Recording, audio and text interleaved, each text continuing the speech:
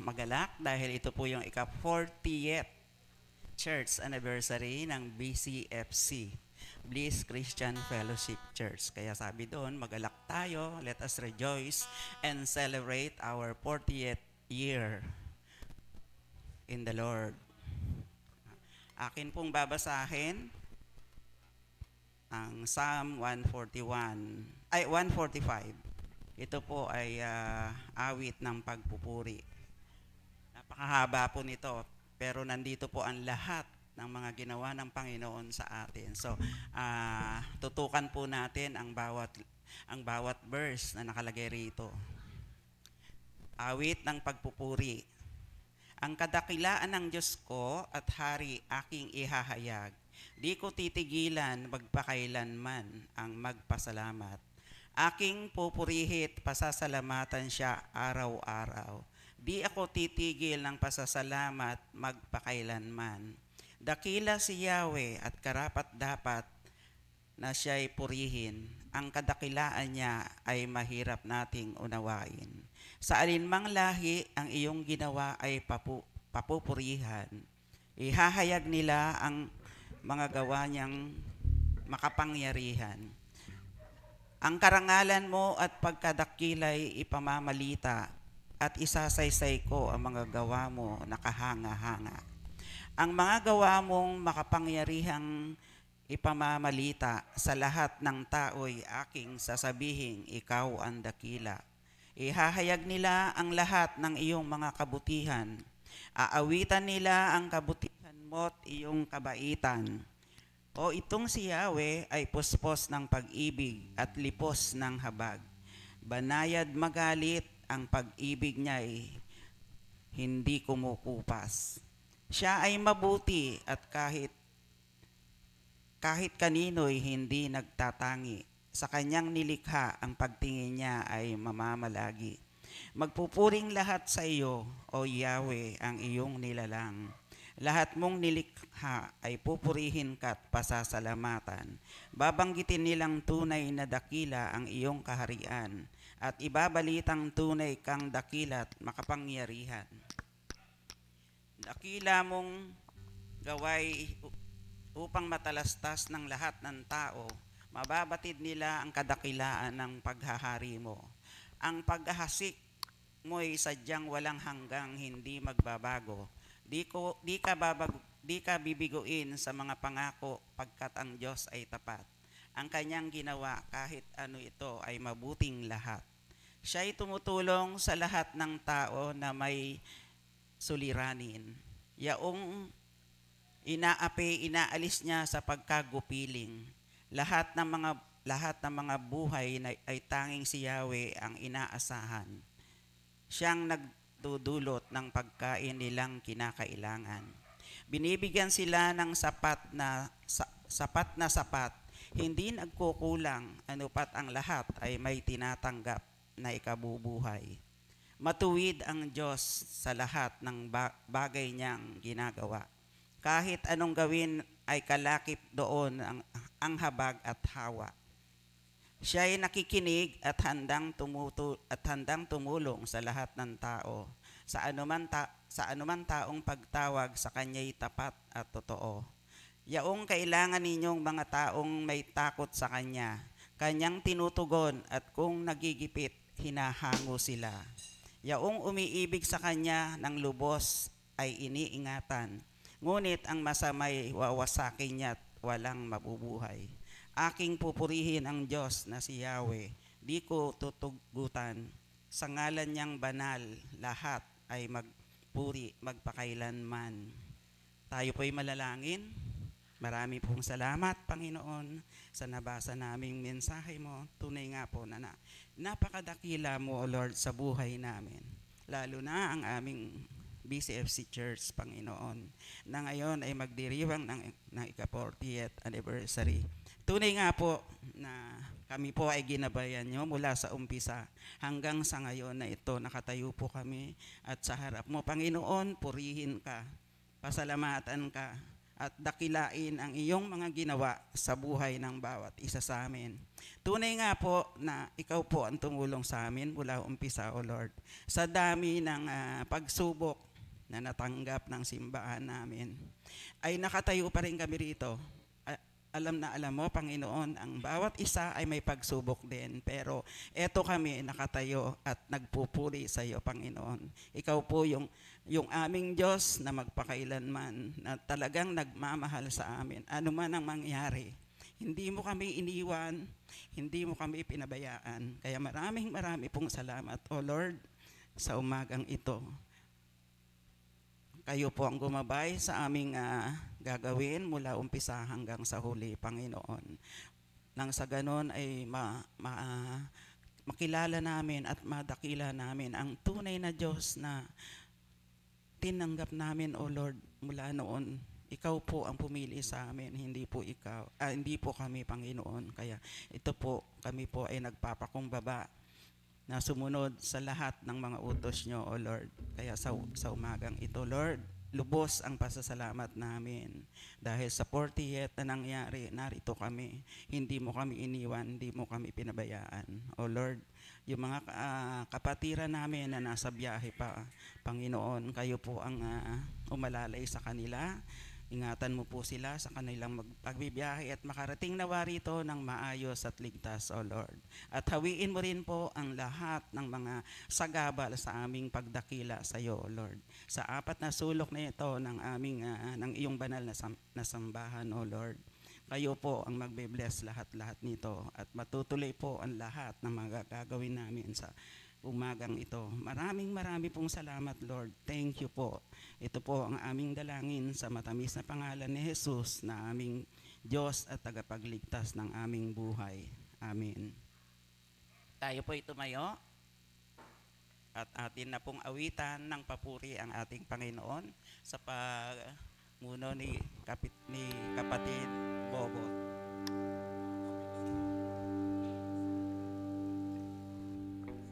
Magandang umaga po sa ating lahat. Parang mahina. Tayo po ba'y handa na magpuri sa Panginoon? Tayo ba'y nasasabik na magpuri sa Panginoon? Ang Diyos natin ay tapat. Mula pa nung creation, mula pa nung magkasala ang tao, kumikilos na yung Diyos para sa atin.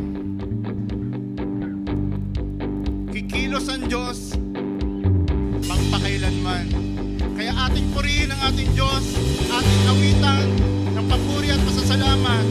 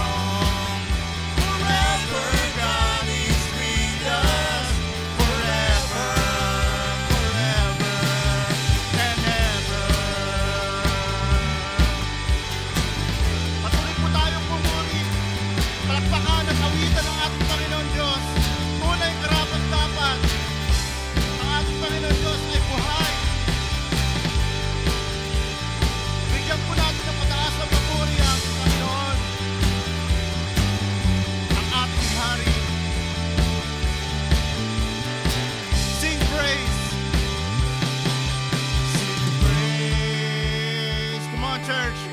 Sing praise, sing praise, sing praise, sing praise, sing praise, sing praise, sing praise, sing praise, sing praise,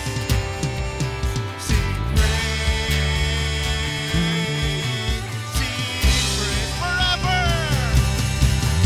Forever God is faithful. Come on. Forever God is strong. Forever God is with us. Forever. Forever. Forever God is faithful. Forever God is strong. Forever God is with us. Forever. Come on, church. Forever. Forever God is faithful. Forever God is strong. Forever God is with us. Forever, forever. Forever God is faithful. Forever God is strong. Forever God is with us. Forever. For the last time, forever. Forever God is faithful. Forever God is strong. Forever God is with us. Forever, forever and ever. Purihin ang ating Panginoon. Sambahin natin ang Hari. Sambahin at ibigay ng kanyang nilalang at lahat ng papuri at pasasalamat. Hallelujah! Hallelujah! Patuloy po tayong sumamba sa ating Panginoon sa pamamagitan ng ating mga awitin.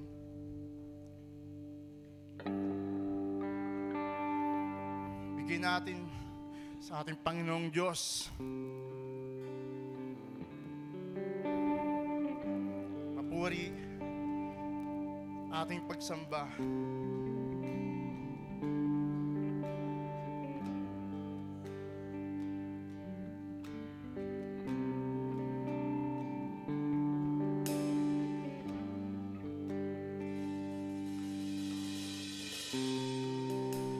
Above all powers.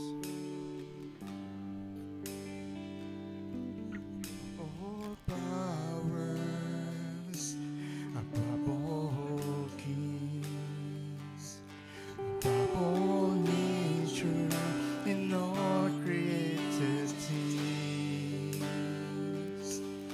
above all wisdom, in all the ways of man. You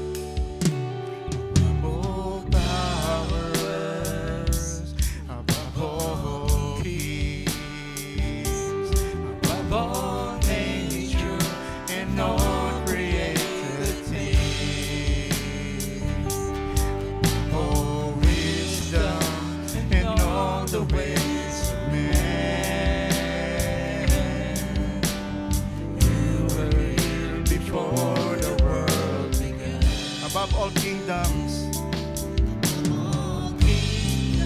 above all thrones, above all wonders, the world has ever known, above all wealth, and treasures on the earth. There's no way to measure what you were. Crucified.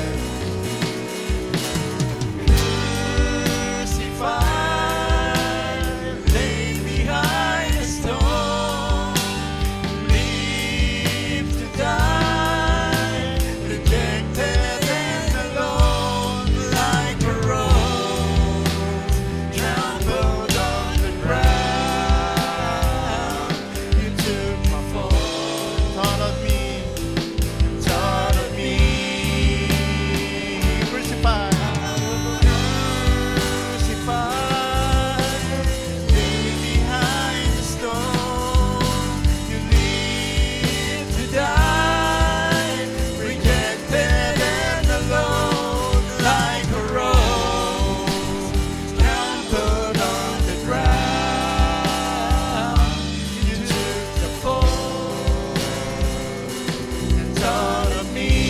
crucified.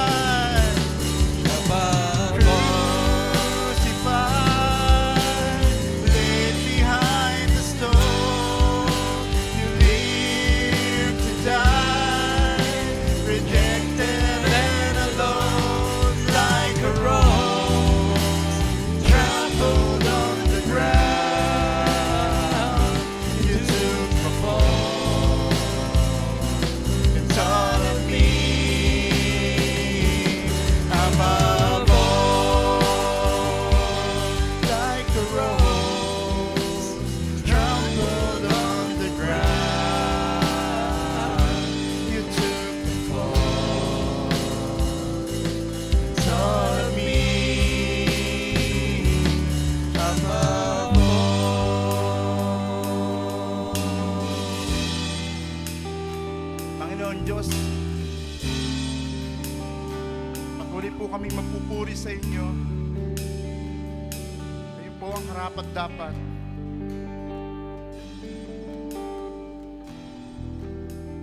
Kayo po ay karapat-dapat na purihin, sambahin.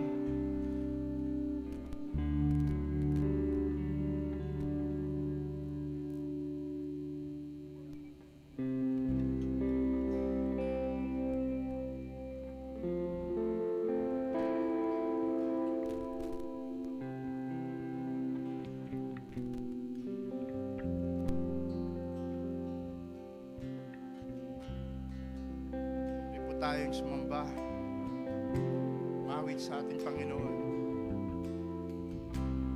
Parang isang panalangin, ating awit.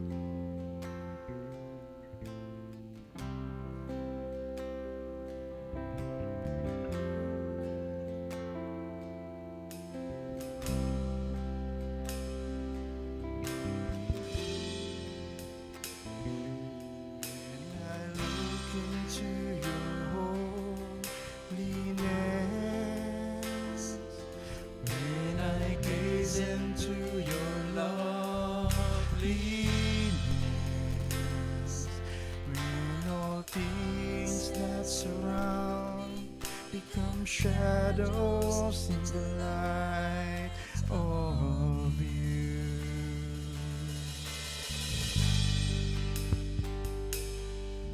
And I found the joy of reaching your heart when my will become enthroned in your love.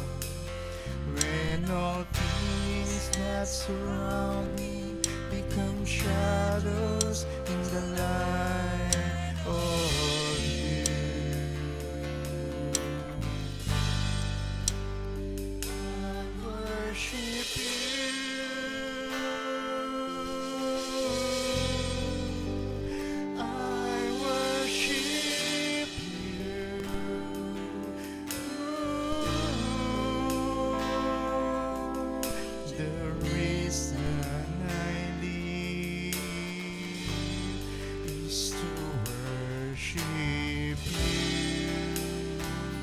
and only you. I worship you.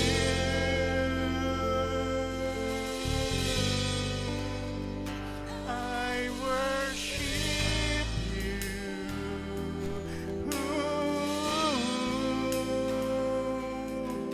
The reason I live is to worship you.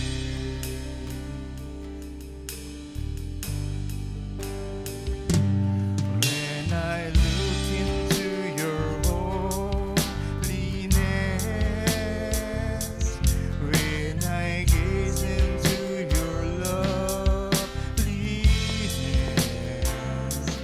when all things that surround become shadows in the light of you. When I'm found, when I found the joy of preaching your heart, when my will become enthroned in your love, when all things that surround me become shadows in the light of you. I worship you. I worship you.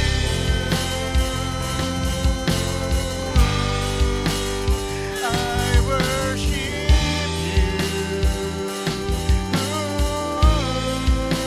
The reason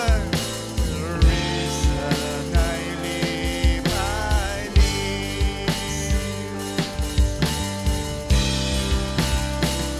and only you I worship. I worship you. I worship you. I worship you.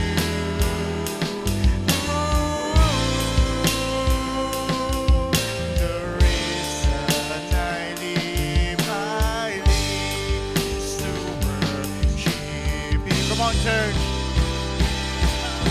I worship you. I worship you. I worship you. The reason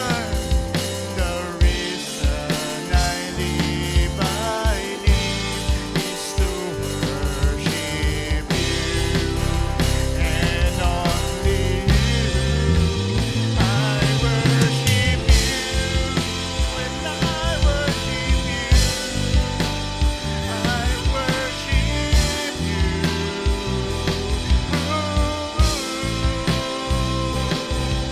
The reason I live is to worship you, and only you. I worship you.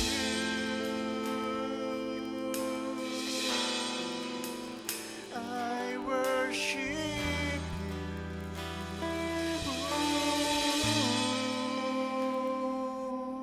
The reason I live is to worship you, and only you. I worship you. Sambahin po natin ating Panginoon. I worship you.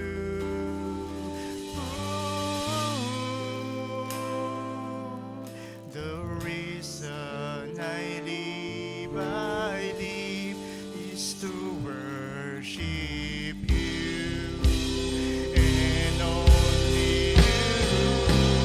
I worship you.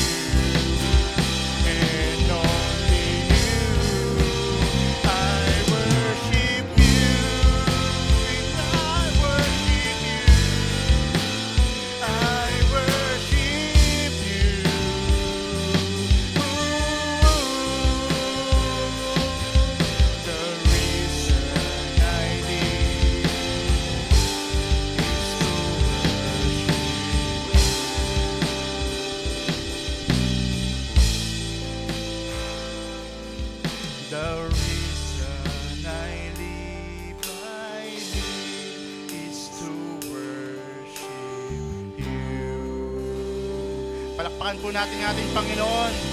Siya'y karapat-dapat na palakpakan, purihin, sambahin, sapagkat siya yung hari na kumikilos magpakailanman.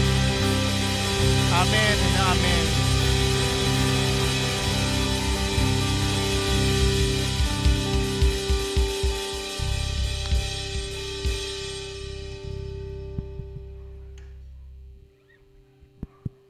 Tayo po'y dumako sa Panginoon at tayo'y manalangin, mga kapatid. Dakilang Diyos, aming Panginoon, aming Ama, purihin ka sa umagang ito, Panginoon. Ikaw ay aming dinadakila, O Diyos. Una sa lahat, maraming salamat po sa pagbibigay sa amin ng ika-40 taon ng aming anibersaryo, Panginoon. Ang simbahan pong ito ay tungkol sa iyo, Panginoon. Tungkol sa kabutihan mo, kadakilaan mo, katapatan mo, at ang iyong patuloy na ginagawa, O Diyos. Ikaw ang nagtaguyod, ikaw ang nagtatag nito, Panginoon, at ikaw ang lumalaban para dito, ikaw ang nagbibigay katagumpayan, Panginoon. Kaya kami ay talagang sumasamba na wala ibang itataas, kundi ikaw lamang, Panginoon. Maraming salamat po na ang bawat isa ay naging kabahagi ng iyong pananambahan dito sa Bliss. Simula pa noong una, Panginoon, maraming salamat po sa mga lingkod mong ginamit, sa mga kapastoran, mga leaders ng iba't ibang departamento, Panginoon, mga members, mga supporters, na may pagtatapat na talagang nakiisa at nakikiisa sa pagtataguyod na iyong gawain. Oh Lord, aming dalangin na talagang mahayag patuloy na ikaw nga ang aming pastol. Kung kaya't kami ay may kapanatagan na anuman ang aming kinakaharap at kakaharapin pa, ang lahat ay may pananagumpay. Because you are our shepherd, and therefore, we shall not want, Panginoon. We have everything that we need, Panginoon. You are our provider, our protector, our defender, Panginoon. At ikaw ang nagpo-provide ng lahat ng aming pangangailangan. O Diyos, dalangin namin magpatuloy po ang pagkilos mo, lalo na ang banal na Espiritu, sa aming mga manggagawa, Panginoon, mula sa aming pastor, Kit, mga elders, board, staff, pastoral team, lahat po ng inyong itinatayo upang nagpapatuloy po na humahayo, nagmimisyon, nagmiministeryo ang simbahang ito. Dalangin namin na maranasan namin ang iyong kapangyarihan, Panginoon. Ang iyong pag-ibig na nagbibigkis sa amin. Sa kabila ng maraming hadlang, maraming ginagawa rin ng kaaway upang kami manghina, manlupaypay, mawala ng pagtitiwala. Nawa ay lalo naming maranasan na ikaw nga po ang sentro ng simbahang ito. Kaya ang aming dalangin ay maging buhay na patotoo, Panginoon, ng BCFC. Maging sa mga churches na unfortunately, bibihira po yung maabot ng 40 years. Panginoon, iba po, 5, 10, 20, at nawawasak at nagkakaroon ng split, Panginoon. Subalit, dakila ang iyong katapatan, Panginoon, na ito po hindi nangyayari sa amin. Dahil ikaw ang aming pinagtitiwalaan, Panginoon, na humahawak dito, gumagabay, Panginoon, nagtuturo upang laging may kapakumbabaan, laging may total dependence sa iyo, Panginoon. For without you, we can do nothing, Panginoon, lalong-lalo na sa buhay spiritual, sa pagmimisyon, sa paglilingkod, Panginoon, wala po kaming pwedeng maipagmalaki. Kung hindi ikaw ang gumagamit, kumakasangkapan po sa bawat isa, mula doon sa mga nasa frontliners namin, hanggang doon sa mga nagsusuporta maging sa pananalangin, Panginoon, na hindi nabubulgar sila, pero ikaw po ang gumagamit sa bawat isa sa amin, Panginoon. Kaya kami nagpapatuloy, sa aming pagtitiwala sa iyo. Na ikaw nga po ang makilala sa komunidad na ito, Panginoon. Ikaw ang makita na kumikilos sa aming buhay. Lalong-lalo na sa aming pagkakawang gawa, sa paghahayag ng iyong salita, sa mga Bible study, sa mga tahanan nagbubukas, Panginoon.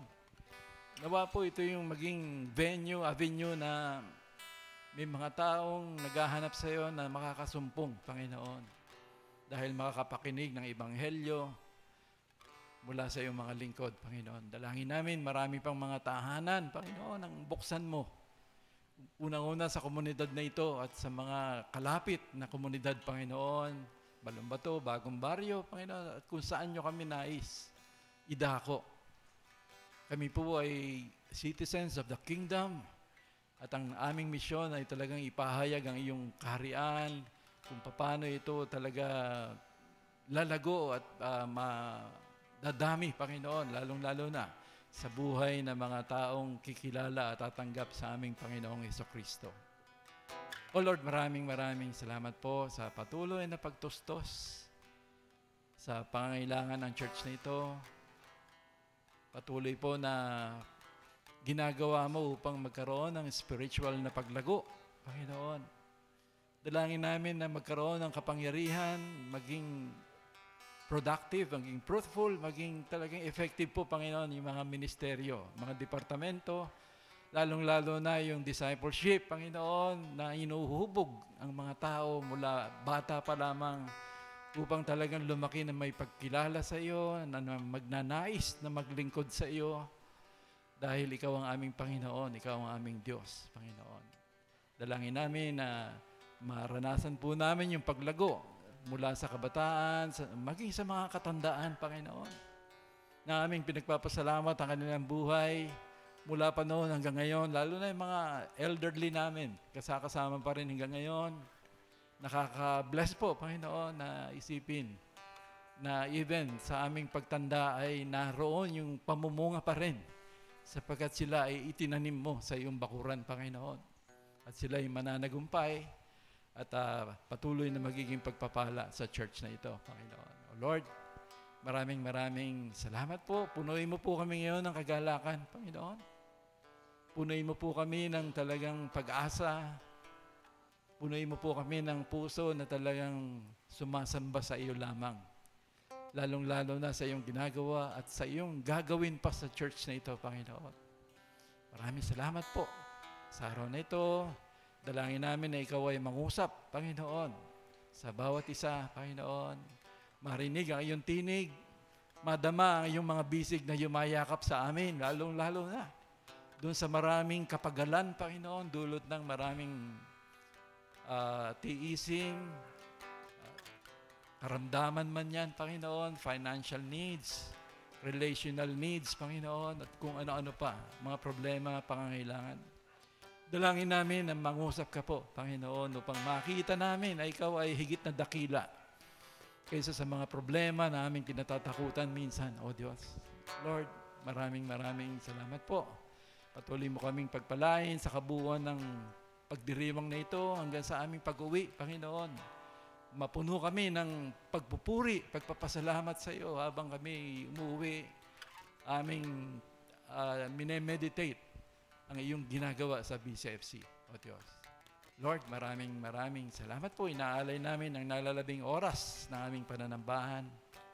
Pinupuri ka namin, sinasamba ka namin sa 40 years na iyong binigay, Panginoon, sa church na ito. Ito po ang aming sama-samang pananalangin.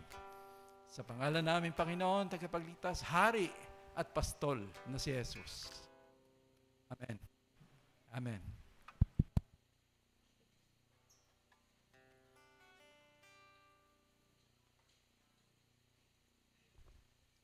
Salamat, Pastor Pong, sa pangunguna sa panalangin. Isang napakalaking pagpapala mula sa Diyos ang tayo ay sama-samang manalangin at isang boses na pinagpapasalamat sa Kanya at pinapupurihan ng Kanyang kabutihan.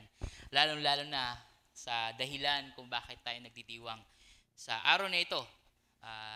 Happy 40th anniversary Bliss Christian Fellowship Church. Napakalaking pagpapala para sa akin din personally ang maging kabahagi, ano, mula pa man nung ano pa lang ako, palaboy pa lang ako nung 2001 hanggang sa na talaga nag-commit ako sa Panginoon noong 2005. It's really a blessing na makilala ko ang simbahang ito, ang bawat isa. And of course, yung kung malaman natin yung talagang ginawa ng Diyos, pagkilos siya sa 4 na dekada, no, napaka buti ng Panginoon. Kaya kung babasahin ko po yung kinote ko sa isa sa mga greetings natin sa Facebook, sa Psalm 89 verse 1, sabi doon, I will sing of the loving kindness of the Lord forever. To all generations, I will make known your faithfulness with my mouth. So, isa sa mga dahilan kung bakit tayo nagdidiwang, gusto natin ideklara na ang Diyos naging tapat. Ang kanyang pag-ibig ay sumasama sa atin to all generations. Nagkaapo-apo na lang yung iba hanggang sa nagkaanak na yung mga apo. Sa dami ng panahon. Of course, pinagpapasalamat natin sa Diyos. Maging yung mga tinawag niya na maglingkod sa simbahan ito, mula sa mga pastor, sa mga naging council, naging board, naging bahagi ng bawat ministry mula pa man noon. Mula nung founding pa lang ng BCFC hanggang sa 4 na dekadang itinaguyod niya ito kasama ang mga lingkod at mga membro na patuloy na nagsiserve talaga hanggang sa ngayon, hanggang sa mga taon na ito na we still thrive and survive yung mga problems na pinagdaanan natin, yung mga challenges, and even survive the pandemic na talagang isa sa mga dagok na sabay-sabay sinalubong ng buong mundo. And kung sisilipin natin yung buhay din ng mga examples at ang mga ginawa ng mga naunang naglingkod sa atin at ng mga membro, yung iba kasama na si Lord, yung iba tinawag na sa ibang area sa Kingdom of God, yung iba kumbaga nandito pa rin kasama natin ngayon at nagsisilbi pa rin inspiration and encouragement sa ating paglilingkod. And we can all learn from their labor and their love for the church, especially sa BCFC. Now, ngayon sa umagang ito, makikita din natin yung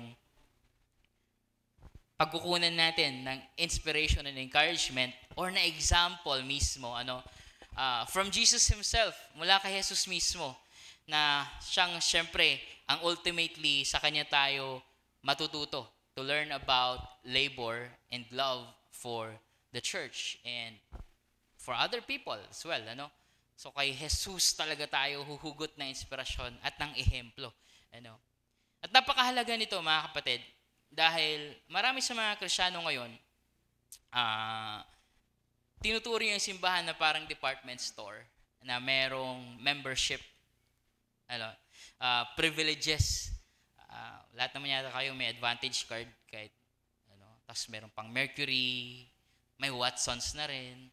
Tapos malaman-laman mo, pwede rin naman pala gamitin sa iba't iba. Sa Alphamart, pwede din yung SM Advantage card. Kasi ang daming benefits, na parang ganun minsan ang trato ng mga tao sa simbahan. Nagsisign up para sa mga benepisyo, pupunta para mag-claim at enjoy ang rewards. Hindi talaga masyadong nag-care sa ibang members na kasama nila dahil parang mga customers lang din naman na minsan baka competition pa o kaagaw pa sa mga benepisyo o sa mga rewards. And of course, like membership privileges, pwedeng i-cancel anytime o antay na lang na mag-expire o magpalit ka ng desisyon at lilipat ka sa ibang privileges or membership or ano pa man. Parang consumerismo, na kapag hindi mo na nagustuhan ang pangyayari sa isang restaurant o isang department o isang mall, parang ganun.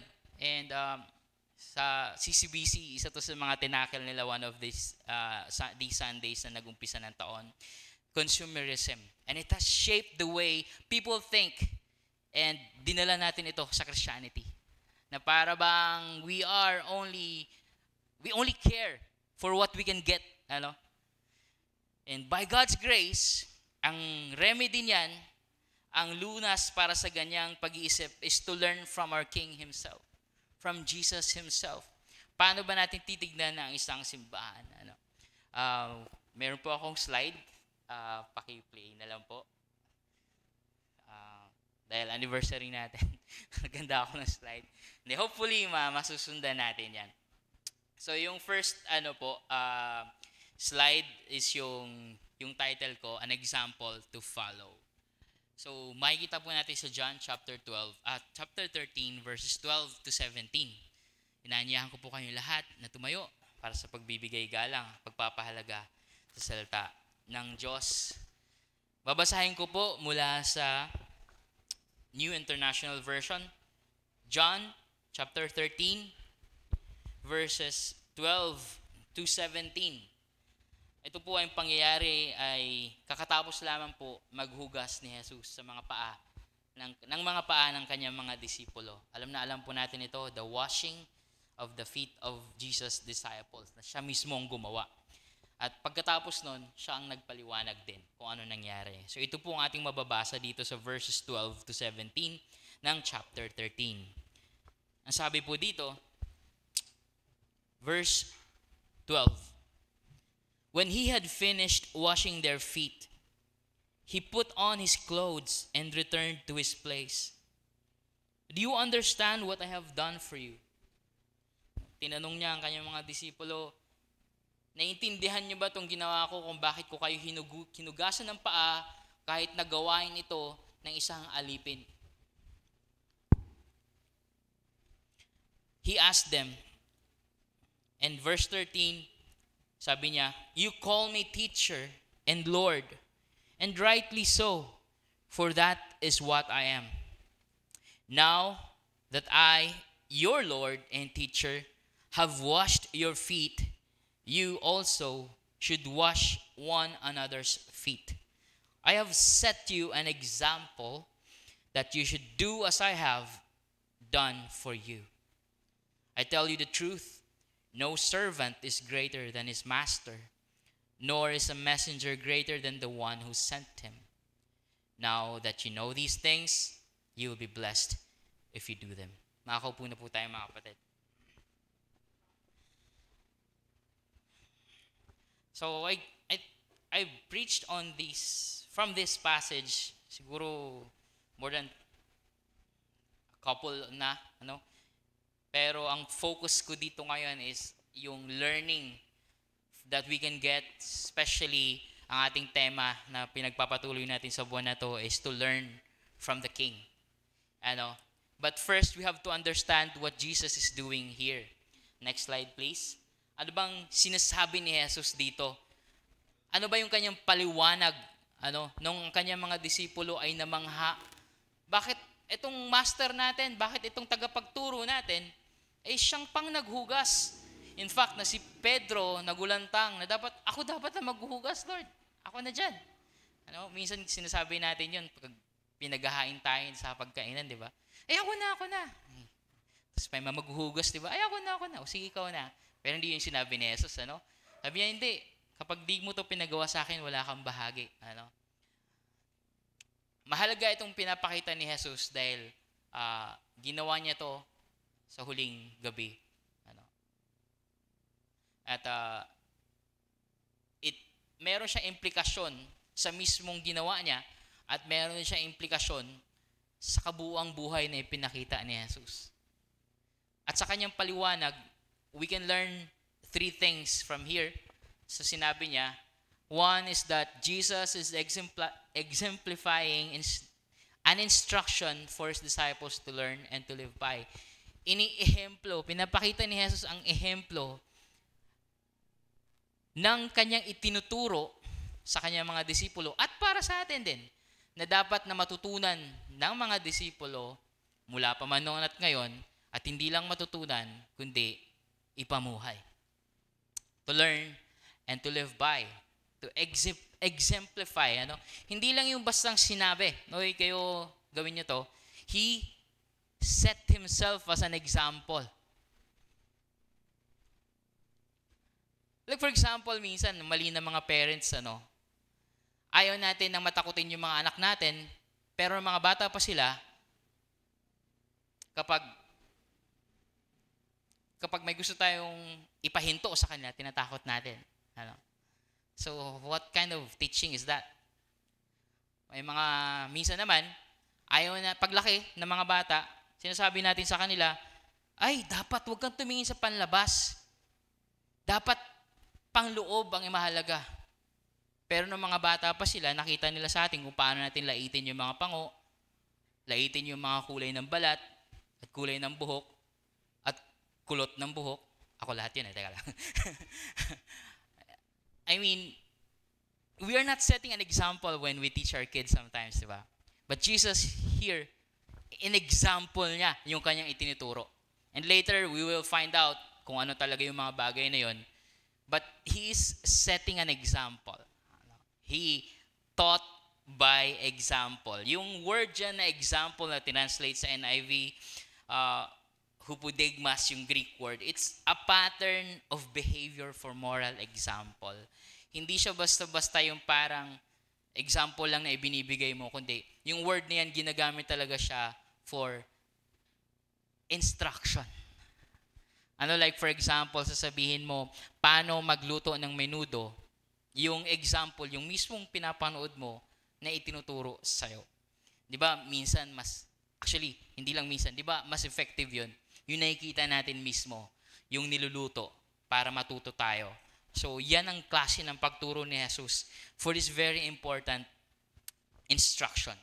Pangalawa, Jesus is hindi lang exemplifying, He's also emphasizing the importance of this lesson to His disciples.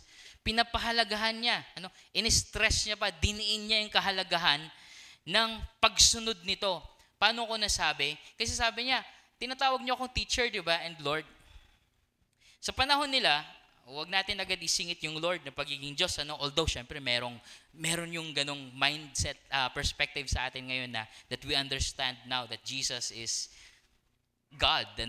But yung teacher and Lord dito, sanay ang mga Hudyo na gamitin itong dalawang pangalan na ito to call yung someone in authority na nagtuturo. Like for example, professor mo sa school, we call them sir. It's a sign of respect, emphasizing na may authority sila sa atin. So it's just like that, only mas mahalaga dahil tinuturing ng mga disipulo niya si Jesus bilang Messiah. So tinatawag nilang teacher and master or Lord. Kaya sabi ni Jesus, kung tinatawag niyo akong tagapagturo at tinitingalan niyo ako bilang mas nakakataas sa inyo, bilang Lord, then gawin niyo to. Na ako, na tinatawag niyo yung ganito, pinapakita ko sa inyo, I have set you an example. You call me teacher and rightly so. Now that I am your Lord and teacher, have washed your feet, you also should wash one another's feet. Kung ako ginawa ko to, gawin nyo rin. Sabi niya, for no servant is greater than his master. Kung anong ginawa ng nakakataas, susundin na nakakababa at walang hihigit o hindi nakakahigit pa ang mensahero sa tagapagbigay ng mensahe. So, kung ang mga disipulo ay mensahero at si Jesus ang nagbigay ng mensahe at ginawa niya ito, nararapat lang na gawin din ninyo ito. If we really consider Jesus as our King, as our Master, as our Lord, as God Himself, mahalaga na sundin ito. Bakit? Hindi lang dahil inutos niya, kundi siya mismo ginawa niya. Na pwede natin sabihin, yung paghuhugas ng paa, hindi necessarily, pero pwede. Pero hindi yun yung point. Ang point is, it was an example and it also symbolizes His whole life. His whole life, He was serving. His whole life, He was not just washing feet, but washing the lives of the people. So, Jesus is emphasizing that instruction that it is very important. Pangatlo, Jesus is encouraging His disciples to follow this important instruction. In-encourage niya. Kasama na yung encouragement doon yung, ako na bahala sa inyo, ako yung Lord eh. Gawin niyo ito dahil itong nararapat. But at the same time, sabi niya sa verse 17, now that you know these things, you will be blessed if you do them. Ngayon na alam niyo na, pinagpala kayo pag ginawa niyo ito. Not just yung learning, not just from hearing, but doing. Well, sa mindset, sa perspective, sa kultura, sa pananampalataya ng mga Hudyo, hindi hiwalay ang pagkarinig sa paggawa. Nadadichotomize na lang naman na sa atin yan ngayon, ano? Pero yung mismong central teaching ng mga Hudyo to hear, O Israel, it connotates obeying. Pag sinabi mo makinig ka, pag sinabi ng Diyos na makinig kayo sa akin, sinasabi niya, sundin niyo ako. So kaya sinabi ni Jesus, now that you know, do. And if you do this, you are blessed. Or blessed are you if you do them. Now, yung Greek word ng blessed is makarios. Meron akong teacher dati, ganito palang meaning ng Macario na pangalan. Pero parang hindi ako na-bless. Joke. nung pinapalo niya ako dahil medyo bulak-bulak ako hindi ko kaya yung math. Math teacher namin siya. Pero kabaliktaran pala, no? Blessed pala ibig sabihin ng Macarios. And it's not necessarily, napakagandang pinag-uusapan to ngayon sa pinapakinggan kong podcast. Yung blessed doesn't mean na kapag ginawa mo to, i-bless ka ni Lord. Hindi necessarily ganon. Kundi yung estado ng buhay na nandiyan ka na. Or a positive evaluation for someone who meets the requirements. Kunyari, kung nakagraduate ka, you're blessed. You're blessed. You're blessed. Kung merong standard na sinet sa'yo, tapos na-meet mo lahat ng standard na yun, you're a blessed man. Or sa ibang translation, fortunate. Pinagpala. Hindi dahil sa pagpapalain ka, kundi pinagpala ka, kaya ka nang nagkaganyan. And in one of my sermons about this, ang sinasabi ko nun, kaya din siya blessed na gawain. Dahil you are partaking in a divine activity. Ginagawa mo yung ginagawa ni Kristo. Ginagawa mo yung ginagawa ng Diyos, yung paglilingkod. To wash symbolically the feet of your brothers and your sisters. So, napakahalaga, ibig sabihin, ng iniuutos, itinuturo ni Jesus dyan. Kasi, inihemplo na nga niya, diniin niya pa, at nagbigay pa siya ng encouragement. So, what are the lessons ba na itinuturo niya dito? Some other people or Christians do this, na from time to time naguhugasan sila ng paa. Minsan nga nakikita natin 'yun sa mga politikong tumatakbo pag bumibisita sila sa simbahan, nagpapahugas ng paa, And there's nothing wrong with doing that. Kung talagang totoo sa puso mo na 'yun ang gusto mong mapangyari at symbolic lang naman 'yun. Pero wala namang trace sa history na inulit-ulit pa yan ng mga disipulo maliban sa dumating yung na-institutionalize na yung simbahan, ginagawa na ito. Pero what's really important is not the symbol, but yung meaning ng ginawa. Kagaya ng pagbibigay ng rose ngayong February, it's just a symbol. What really is important is yung totoong pagmamahal mo na binibigay mo hindi lang sa February 14 o sa buwan ng February. With your whole life, you're loving that person na ipinapakita mo lamang sa isang bulaklak na malalantalang din naman sa susunod na araw. So ano yung mga lessons that we can learn and live by from this teaching ni Jesus Christ? Next slide, please. Ang unang lesson is that, next slide pa po. A lesson on dignity. Yung dignidad, yung halaga ng isang tao, yung kanyang worth, yung kanyang esteem. Mahalagang usapin yan dahil craving yan ng mga tao. To have a self-worth. To have dignity in this world is one of the cravings or the longings na pinapahalagahan ng mga tao. Kaya yung iba, kailangang mag-gain ko lahat ng to para somehow mas maging mahalaga ako. We can see that example sa kalsada. Sino yung mas mahalaga? Nakasasakyan o nakabisikleta? Di ba? Kung sino mas may malaking dala. Di ba? Punta ka sa isang fine dining restaurant pero hindi ka maayos na VS. Lalagpasan ka lang dahil you don't look like a dignified person. But this, what Jesus showed us, it's a lesson on dignity. Because of what Jesus did, we learn that there is dignity in doing the hardest and dirtiest service in the kingdom of God. The ones exalted are the ones who serve the most no matter the cost. Dahil sa ginawa ni Jesus, natututunan natin na merong dignidad sa paggawa, sa pagkilos, sa pagtrabaho ng mga bagay na may hirap at madudumi. At minsan, parang itinatabi na lang na parang walang halaga yung mga gawain na ganyan. Sa kaharian ng Diyos, yung mga nakakataas, the exalted ones, are the ones who serve the most, no matter what the cost.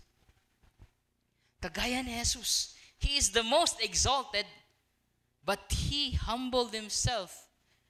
And then, no matter the cost, nag-serve siya. And then, in-exalt siya because of the greatest service that He has done.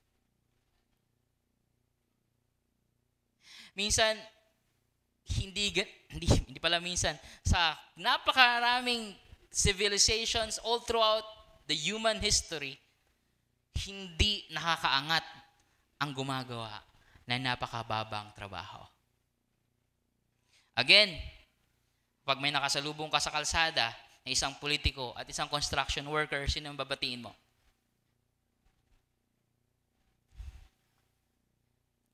Pag may pumasok sa simbahan na naka-formal versus pumasok sa simbahan na nakasando lang, sino ang sasalubungin mo? Simbahan na to. Come on. We know ang instinct natin. Baka umalis to. Ito uunahin ko. Mas mahalagang tao to, hindi man natin sabihin. Di ba?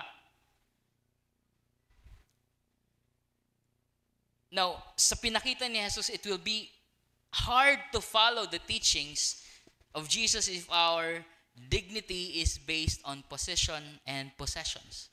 O kapag yung kahalagahan natin mismo, kung ang kalagahan natin ay nakabase sa posisyon natin sa society or sa trabaho or kung saan man, at yung possession natin, yung anong meron tayo, anong dala mo, paano ka pumorma o anong laki ng bank account mo or ano pa man, kapal ng bulsa mo or ng wallet or laman ng GCash or Maya. Napakahirap sundin kung ang dignidad natin nakabase doon. Kasi sa ginawa ni Jesus, inihalin tulad niya ang kanyang sarili sa isang alipin. Now, by doing that, pinapahalagahan ni Jesus ang alipin. Dahil ang gawain na yan ay napakalaki para sa kaharian ng Diyos. Now, implikasyon yan, kung dadali mo yan sa angmang sulok ng iyong buhay bilang isang Kristiyano, for example, sa simbahan, yung mga maliliit na gawain ay mahalaga sa gawain ng Diyos. Pinapahalagahan. Kahit hindi nakikita, kahit hindi na-recognize o nababanggit dito sa pulpito o sa mga announcement. Mahalaga yan, kapatid. In fact, in one of the books na nabasa ko, ang problema doon ng Amerika ngayon is that yung mga trabahong caregiver, trabahong yung mechanical, yung mga talagang laborous na mga trabaho, hindi ang ginagawa ng mismo mga American, di ba? Kaya nila binibigay sa mga immigrants, sa mga nagpupunta doon. Because they think, hindi na kami bagay dyan. And these laborious, difficult tasks, dapat sa mga mas mababang uri ng mga citizens. Na minsan nadadala din natin dito. Nabanggit ko nga kay Kuya Bobot ito nung Bible study. I'm really not a fan of having a separate ministry organization for young professionals. Kasi it's a strict demographic na nakatuon lang sa may mga trabaho. Paano yung mga walang trabaho? Diba? Sorry, gusto ka namin sana isama pero wala kang trabaho eh. Well, we can address yung mga needs ng mga young professionals for a specific occasion, pero wag naman tayo magtayo ng fellowship na nakaka-ostracize, na nakaka-build ng wall sa mga tao. So it's not like that, ano? Dahil para sa kaharian ng Diyos, baliktad ang kanyang mga standard. At the same time, it will also be hard to follow the teachings of Jesus if we treat others based on their position and possessions. Nabanggit ko na nga ito. Ano? Kung paano natin tratuhin yung iba base sa kakayanan nila o sa posisyon nila or sa meron sila. Ano? Mahirap sundin. Kasi kay Jesus, we can see all throughout his life, wala siyang ganong standard.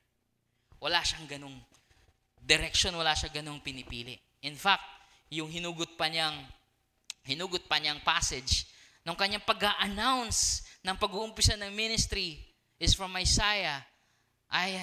The Spirit of the Lord is upon me and has anointed me to preach good news to the poor, to the oppressed, to the ones who need to be freed from captivity and all those things.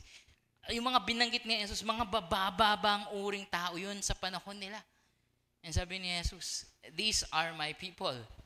These are my dudes. These passed my vibe check. Ito yung mga taong, may kihalubilo ako. Next slide, please, Donna. Sabi ni Karen Job sa kanyang commentary, but if we take the example of Jesus seriously, no Christian should consider any form of honest work that serves others to be below them. Now, kung titignan mo talaga itong ehemplo ni Jesus, hindi mo titignan na nakakaangat ka. Kahit anumang standard ng structure ng organization ng mundo, hindi mo tatratuhin na mababa yung sa tingin mo nasa baba sa'yo. The highest, most powerful, most deserving person in the universe, the incarnate Son of God, did not consider his divine status something that made him ineligible. First, for becoming a human being, and therefore for doing lowly human work, even the work of the lowliest. May nabasa ako isang post, sabi doon, kapag atat ka maglingkod, hindi ka pa handang maglingkod. Kapag atat ka sa posisyon, you're not really there to serve. May katotohanan yun. Kasi ibig sabihin yung puso mo nasa posisyon, hindi sa people.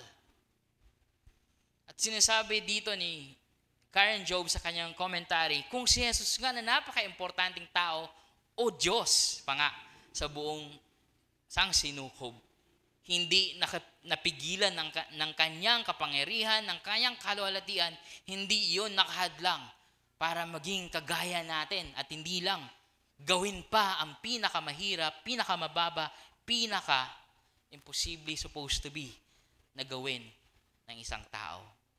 Ang maglingkod at mamatay eventually para sa atin. So yung ganong mindset sa kaharian ng Diyos ang ating dapat saliksikin. We have to be willing to change our perspective about the worth of ourselves, and others according to the standards of the kingdom of God. Ang taas, binababa. Ang nasa baba, itinataas. The first will be the last, and the last will be the first. Even the Son of Man did not come to be served, but to serve and give his life as a ransom for many. Mga kapatid, Jesus wants us to learn to value one another based on his example. Gusto ng Panginoon na matutunan natin na pahalagahan ng bawat isa. Yung mga katabi natin ngayon, yung mga nasa likod at harap mo, pahalagahan natin sila base sa ehemplo ni Jesus. Na pahalagahan natin sila kahit sa ibang bahagi ng mundo o ng buhay nila, kinukonsider sila na hindi mahalaga, pero pagdating sa kaharian ng Diyos, pinapahalagahan sila. Kaya anuman ang estado ng buhay ng ating kapatid, pahalagahan natin sila. O anumang bahagi mo dito sa simbahan, mahalaga ka. Ganon ang itinuturo sa atin ni Jesus. Number 2, a lesson on humility. Next slide, please. A a lesson on humility. Kapag hindi na natin iniisip ang ating sarili na nakakaangat, when we no longer think others as lesser of value than us, then nade-develop ang ating humility. Ang ating pagkakaroon ng mababang loob o pagpapakumbaba. Humility is recognizing who we truly are in the eyes of the Lord. Yung alam mo kung sino ka sa presensya ng Diyos, at kasama yun sa implikasyon nung sinabi ni Jesus, ako yung Lord nyo, di ba? Ako yung teacher. Ano kayo? Ngayon kung ako ginagawa ko to, paano pa kayo? Jesus is teaching us to recognize our true worth in the eyes of the Lord. At kapag nirealize natin yon, we will turn back from our lofty, presumptuous assumptions about ourselves, yung napakayabang na pag-iisip natin tungkol sa ating sarili. Yung pride natin na ako to eh. Dapat ako yung hinahabol eh. Dapat ako yung pinaglilingkuran eh. Dapat sila ang mag-adjust sa akin eh. Kasi ganito ako. Ganito ako kahalaga kaysa sa mga yan. Ano? And it's something na mag-struggle ka talaga because the world, gano'n ang takbo eh. Kapag mas nakakaangat, yun ang nilalapitan, pinapansin, hinahainan, ano? Hindi yung, kaya tayo minsan, ang natural instinct ng mga tao is to crave doon sa taas. But the world teaches that, but Jesus teaches different. Ang pagpapakumbaba ang pinapahalagan. Na kung gano'n ang ating pagpapakumbaba sa sarili, it will motivate us to treat others as important. And that treating them as important is good and right. Kapag meron tayong humility, it will lead us, magkakaroon tayo ng pag-udyok sa ating mga sarili na ituring ang iba na mahalaga. Kagaya ng ginawa ni Jesus. And yung pagpapahalaga sa kapwa ay mabuti at tama. Kasi kabaliktaran din yan ang sinasabi ng mundo. Dahil wala namang masama kung papahalaga ng sarili. Pero kung ang pagpapahalaga sa sarili ay nakakahadlang sa paglilingkod sa kapwa, then that is contradictory to the teaching of Jesus. Next slide, please. Sabi ni Gerald Borchert sa kanyang commentary naman on John, sabi niya, it is precisely because their Lord and teacher was willing to adopt the humbling model of foot washing. Talagang napaka mapagkumbaba yan. I doubt i-example yan ng mga politiko in front of the media.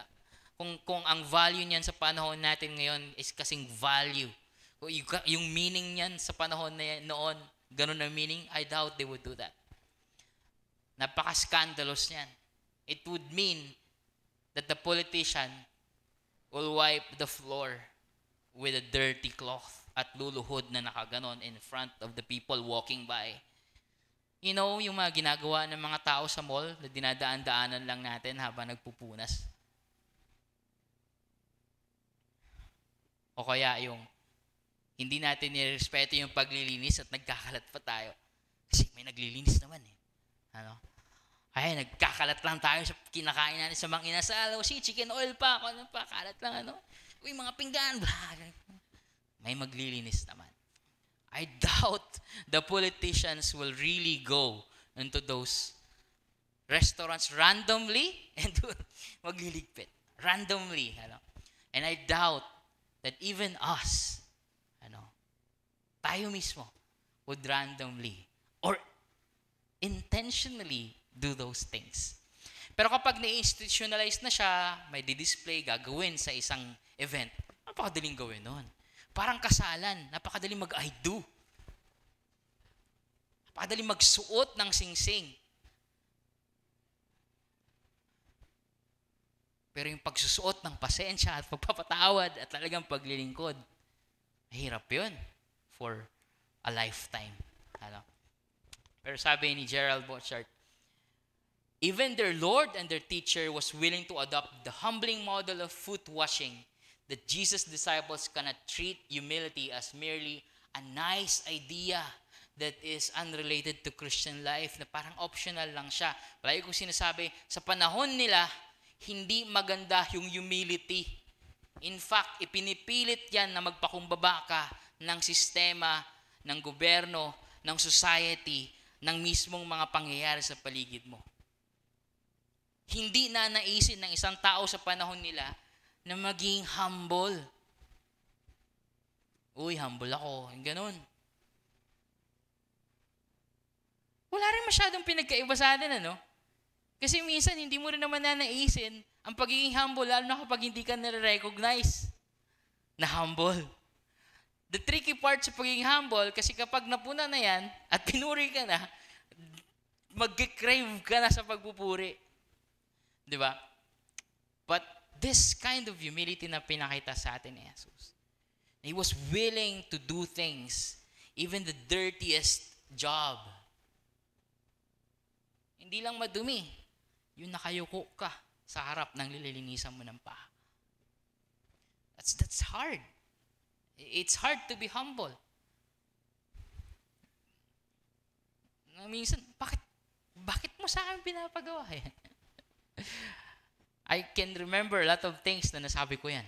A lot of instances sa buhay ko na masasabi ko yan, bakit ako? Bakit ako yung pinapagawa niyan? Bakit ako ang gagawa niyan? And as I was writing this and praying to the Lord how I can communicate this, ang sakit sa puso eh. Kasi ako mismo ganun eh. So many times in my life, I say that eh, bakit akong gagawa niyan? And of course, there are a lot of things na inaako ko, pero may mga times na feel ko hindi bagay sa akin yan. Hindi ko na dapat gawain yan. Yabang ko. Nahiya naman ako sa Panginoon. Nang sinabi ni Pedro, hindi dapat ginagawa yan. Ano? It's really hard. Because Jesus is teaching us to humble ourselves the way He humbled Himself. And if our Lord and King ginawa niya yan, then wala tayong dahilan para ituring ang ating sarili na mas nakakataas pa kaysa sa iba. Tama? O baka masigit pa tayo sa Panginoon kung hindi natin naiisip ito. The moment na sinabi ko, bakit ko gagawin yan? I'm already treating myself as higher than my Lord and Savior and King, Jesus Christ. Especially if it meant serving my brothers and my sisters. Now, there are valid reasons na hindi mo siya gagawin dahil meron ka ibang pinaprioritize. Pero yung reason na bakit akong gagawa is because mas mahalaga ako dyan. That's plainly pride. Diba? So if our Lord and Jesus, King Jesus, did it, why shouldn't we? And lastly, next slide please, a lesson on service. Learning about dignity sa pinagbabasehan ng ating dignidad at ating pagpapakumbaba should lead us to serve others. Nandun ka na. Diba? You already have that attitude. You already consider other people as valuable, mahalaga. What comes next is to pick up that dirty towel and wash your brother or your sister's feet. Metaphorically, syempre, hindi ko in-expect o ini-expect ng Panginoon na lumuhod kayo ngayon at huhugasan yung mga desapatos na paa ng ating mga kapatid. Ano? But in real life, to really bow down and serve. At ito ang immediate purpose ng itinuturo ni Jesus, to serve one another. Itong sabi niya I have set an example for you. Sabi niya, you should also wash one another's feet. You should also serve one another. Yan ang implikasyon yan. So kung yan ang immediate purpose, then hindi tayo masustuck lang. Ano? We will work. Next slide nga, Dons, please. Ang sabi ni Karen Jobs, a picture of approaching all of life with a willingness to be a servant to others regardless of one's status and role. Yung willing ka, yung handa ka maglingkod kahit na sino pa yan. Hindi dahil sa, si ano lang naman yan, wag na, hindi na ako gigising. Hindi na ako, ano ko na lang yan, i-ignore, ano? And then sabi naman ni Leon Morris, the point of what Jesus has said is rather that they should have a readiness to perform the lowliest service for one another. Yung handa ka na gawin kahit yung mahirap o yung tipong ma-effort, yung tipong hindi linya sa trabaho mo kung saan ka man nagtatrabaho. If you're a career person, trabaho mo ba mag-map sa loob ng simbahan? But that is the example na binigay ni Jesus Christ. If you are a respected person sa community ninyo, trabaho mo ba na mag-abot sa mga mahihirap o sa nangangailangan? But sa standard ng Panginoon, ito ang ating mission. If Christians are indeed followers of Jesus, kung talagang tagasunod tayo ni Jesus, then it means nakilala natin siya. At kung talagang kilala natin siya, therefore, alam natin kung saan patungkol ang buhay ni Jesus. What His life is all about. And we will know that Jesus is all about serving people. Serving people. Nung tayo naging Kristiyano at naging bahagi ng simbahan, BCFC man o ano pa mang simbahan, ano ba yung main job natin? Ano ba yung main activity natin na nandito tayo sa loob ng simbahan? Hindi lang on Sundays. Kung bakit ka bahagi tayo ng simbahan. What is our main job? If we are followers of Jesus, what is our main job when we become Christians and when we are part of a church? Sa konteksto natin, this church.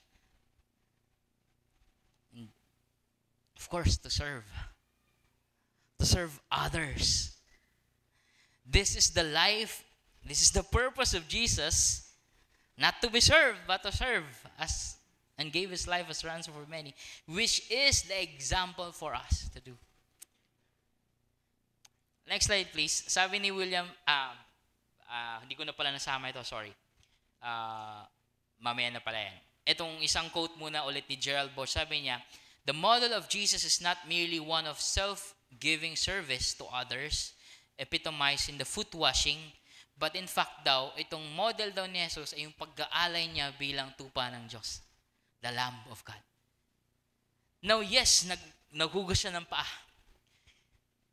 That's one of the ways He served His disciples, but more than that, yung sinisimbolize siya yung lahat ng ginawa niya nung buhay pa siya hanggang sa kanyang kamatayan na isang pag-aalay ng paglilingkod sa atin. In fact, yung mismong word ng sinasabi ko kayo na, ano nga yung word na yun? Hupodeigma, yung word na example or pattern, ano? Sa Jewish literature, sa panahon nila, sa mga sinusulat nila, nililink yung salitang yon na example sa pag-aalay ng buhay sa mabuting o sa napakahalagahang layunin. Kung meron kayong Bible na may apocrypha, yung ginagamit ng mga kapatid nating Katoliko, pag binasa mo yung Maccabees, maraming mention dun yung word na hupodeigma na tinatranslate to example at nakalink yun sa pag-aalay ng buhay ng mga tao, pagiging martir para sa isang napakadakilang layunin. And sabi ni Jesus, this is the pattern that I'm teaching you, to offer yourself as a sacrifice. Hindi na sa Kanya, for one another, sabi niya. Do this to one another. Now, of course, most of the time, yung panawagan sa paglilingkod, hindi yun naman necessarily mauuwi sa pagkamatay. Sabi nga ng isang magaling na musikero ng Pilipinas, pwede din naman natin palitan yung ating yung lupang hinirang sa dulo na ang mamatay ng dahil sa'yo. Palitan din natin minsan ng ang magmahal ng dahil sa'yo. Dahil minsan, mas mahirap gawin yun. Ano? So, yung mismong mabuhay ka para sa ibang tao, it's hard. Not just about dying, but also for living for others. So siguro, mga kapatid, ang tanong na dapat nating i-address o sagutin ngayon na naka-4 na dekada na tayo, itong utos ba ni Jesus na ibigay ang ating buhay sa paglilingkod sa iba? Is that what we are really here for? Are we really here to serve your brothers and your sisters? Maybe yung utos na dapat nating masundin pa ngayon na nasa 40 years na tayo, yung utos ng paglilingkod para sa isa't isa. Alam ko ginagawa na ninyo yan. Alam kong maraming ehemplo din dyan sa paligid natin, sa kalagitnaan natin, and even yung mga nauna na sa atin sa simbahang ito. But this is Jesus even more. Dinidiin pa yung katuruan na yan. Dahil alam niyo po mga kapatid, sa lahat ng simbahan, and kahit dito sa atin, we need more brothers and sisters serving one another in times of need and sickness. Yung naglilingkuran sa panahon ng pangailangan at mga sakit. Ramdam na ramdam natin yan nung panahon ng COVID. Kahit na hindi tayo nagkakasama, kapag merong tinamaan ng COVID, nagpapadala ng mga pagkain, mga gamot. 2 years ago, nagka-COVID ako. Kami ni Julie ulit. And I felt that from you guys. We've received a lot of help in times of our sickness. Kaso hindi lang sa panahon ng COVID yun. Hanggang ngayon, ang dami sa atin nagkakasakit. And there's that opportunity to meet those need, to be with them in times of sickness, hindi necessarily by going. It can be done in act of sending or giving. We need more brothers and sisters serving one another gamit ang kanilang mga talento at yung mismong mga pagpapala na kakayanan na binigay sa kanilang Diyos. Kasama sa mga tema natin this year, yung tinatawag natin na spiritual gifts. Lahat tayo binigyan nitong kakayanan na to sa paglilingkod sa loob ng simbahan. And we need more brothers and sisters who are doing ministry according to the gift that God has given them. We need more brothers and sisters na mas nagbibigay ng marami kaysa sa ginagastos nila sa mga bagay na hindi naman mahalaga. Sabihin naman natin, hindi. Bumibili tayo at gumagastos tayo from time to time na mga ganun. Pero if we compare those things na ginagastos natin na non-essentials versus yung pwede ka naman sana magbigay sa kapwa mo o sa kapatid mo na nangailangan o sa simbahan for the ministry, how much are we giving more? As an act of service to one another. Now, hindi ako nag-hesitate na sabihin ito mga kapatid. Especially, very sensitive itong topic of giving. But it is a command from the Lord. They will not budge or hesitate to teach about giving because God wants us to give. God wants us to be generous because He's a generous God. And we need more brothers and sisters who will teach God's word to all kinds, mga tagapagturo, to all kinds of people, mula sa mga kids, sa mga kabataan, sa mga kababaihan, sa mga kalalakihan, in general, to teach all kinds of people about God's word inside the church and even outside the church. God is calling those people, mga kapatid. And I hope He is talking to you right now about it. We need more brothers and sisters who are willing to listen to teachings, handang makinig sa mga turo mula sa salita ng Diyos, and will undergo trainings, to be more equipped para sa ministry, if ministry is what Jesus came here to do. Handa ka ba umattend sa mga trainings? Handa ka ba makinig sa mga turo ng Panginoon? Wala masyadong material blessing doon. Minsan, nakakaantok yun. At napakadaling iset aside. Kahit na yung mga online teachings natin, online na, napaka-accessible na. And kahit na some other activities, nilalapit na rin sa atin, We're trying to do that, and so maybe we can be more willing na makinig sa ating Panginoon, to learn from our King. This is the kind of growth that Jesus wants in His community of followers. Sa atin, ito yung ini-expect niyang paglago mula sa atin. Especially in our 40th years. This is the challenge. Now, sabi ni William Temple, we would gladly wash the feet of our divine Lord. Sino ba naman hindi gagawa? Si Pedro nga, sabi niya, ako na, Lord. Puhugasan ko yung paa mo. Di ba ganun tayo? Lord, I want to serve you. I worship you. Yung worship na word sa Hebrew, it means bow, to serve. No, I want to serve you. So mag-focus sa you, Lord, I want to serve you. And we would gladly say that, declare that out loud. But, dito sa example na to, he disconcertingly insists on washing ours. Siya mismo maglilingkod para sa atin and bids us wash our neighbor's feet. Napakadilim magsabi, Lord, gusto ko tayong paglingkuran. But is it the same passion if the Lord says, gawin mo sa kapwa mo, gawin mo sa kapatid mo, gawin mo dun sa hindi mo pinapahalagang kasama mo, gawin mo dun sa hindi mo kasundo, maglingkod ka kung gusto mo akong paglingkuran. That becomes hard and difficult kung ang dignidad natin nakabase sa ating pagpapahalaga sa sarili, base sa mga posisyon at sa mga meron tayo. At kung ang ating pagpapakumbaba ay wala sa ating puso. That will be hard. But that is what Jesus is teaching us. That is the challenge.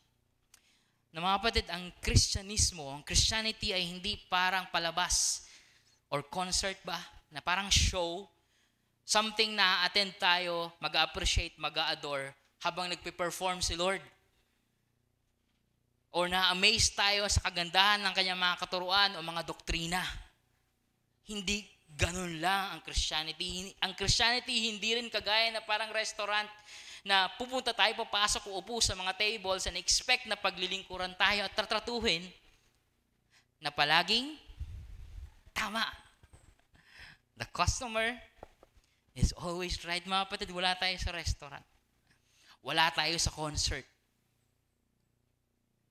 Christianity is like a human body. Bilang isang katawan na kung saan ang bawat parte ay gumagawa ng kanyang bahagi para sa ikabubuti ng buong katawan. At ang bawat miyembro ay kumikilos para mapalakas at mapanatiling malusog ang buong katawan. At mayroong mga pagdudugtong-dugtong. There are connections that help one another strong and healthy. May mga pagdudugtong sa ating katawan na kaya sila pinagdudugtong kasi nakadepende sila sa bawat isa. And they help one another become strong or function the way it is designed to function. Nagtutulungan ba tayo na makapag-function ang ating mga kapatid the way they are supposed to function?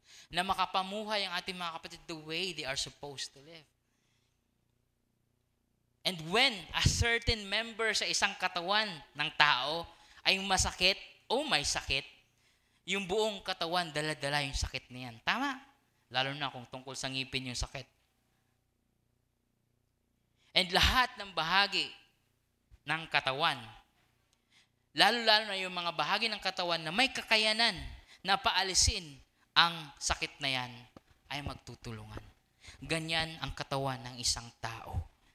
And of course, ganyan i-describe sa Biblia kung ano ang simbahan. Katawan. Hindi lang ng isang tao, katawan ni Kristo. Of course, it's always important to stay focused on Jesus. Tama? Tama. But focusing, yung pag-focus kay Jesus, focusing on King Jesus, and living for Him, gaya ng ating tema sa taong ito, should give us a deeper and wider perspective of love. Yung pagtuon ng ating pagtingin, ng ating buhay, ng ating atensyon sa Panginoong Jesus, magdadala sa atin o magbibigay sana sa atin ng mas malalim at mas malawak ng pag-unawa ng pag-ibig, kung saan magdadala sa atin sa paglilingkod sa ating mga kapatid, will make us turn to one another and give ourselves in service to them. We want to learn from the King. The King gave his lesson. The King set an example. The King himself did the work, the dirty and difficult deed to his disciples. Now it's our turn. It's our turn to serve one another with humility and with love. Sana tumatak itong mensahe na ito mula sa katuruan ng Panginoon. Hindi lang sa araw na ito, hindi lang sa 40th year, kundi habang sa mga susunod pang mga taon na pagtatagumpayan ng Panginoon. Habang tayo ay sama-sama lumalalim sa pagkakakilala sa Kanya at lumalalim sa pag-iibigan sa bawat isa. Let us pray. Father, thank you for your word. Napakabigat na challenge, Panginoon, that we are continuously learning to learn and to live by. Napakabigat na to, Panginoon, especially hindi ito ang nakikita namin sa paligid. Kami mismo, Panginoon, hindi rin ito ang natural instinct namin. But by your grace, Father, and by the empowerment of your Spirit, isinusuko namin ang aming mga sarili sa inyo. At nais naming matuto. Nais naming bigyan nyo kami pa ng kakayanan na mamuhay para sa kapwa namin, para sa mga kapatid namin, na may paglilingkod, na may pagpapakumbaba, na may pag-ibig. Because this is the example that you have set for us. We praise you, Lord. Napakabuti ninyo. Napakatapat ninyo. Napakamapagmahal ninyo. At nawa, itong ginagawa ninyo para sa amin ay may bahagi din namin para sa iba. Salamat, Panginoon. In Jesus' name we pray. Amen.